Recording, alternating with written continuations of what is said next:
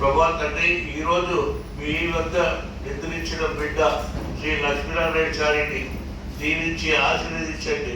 మీ పరలోకంలో మీ వద్ద చోటు కల్పించు సాయం దయచేయండి.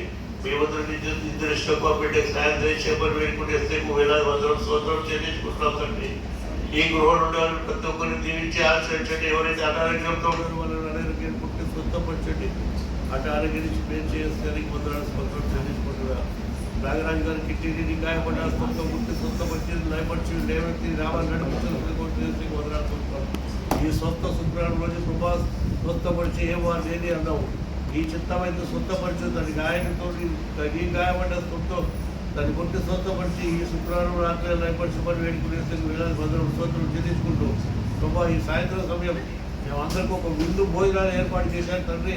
ఈ విందులో అందరూ పాల్గొనటకు ఆ విందు భోజనాలు కూడా రుచిగా ఉండటకు ఎవరికి ఎలాంటి హాని కలగకుండా ప్రతి ఒక్కరు భోజనం చేసి వాళ్ళ గృహానికి చేరేంత వరకు ఏ వర్షం రాకుండా ఆపాలని వేలాది వందల స్తోత్రం చెల్లించుకుంటూ ప్రభా ఈ గృహానికి కావాల్సిన సదా ఆర్థిక సాయం దయచేయమని వేడుకునే వందనాలు స్తోత్రం తెలుపుకుంటూ వారికి రెండు ఆరోగ్యం దయచేయమని వేడుకునే వేలాది వందల స్తోత్రం చెల్లించుకుంటూ ఈ కొత్త శుద్ధార్థంలో చేసినప్పుడు అతిథిగా వేడుకున్న పర్వ తండ్రి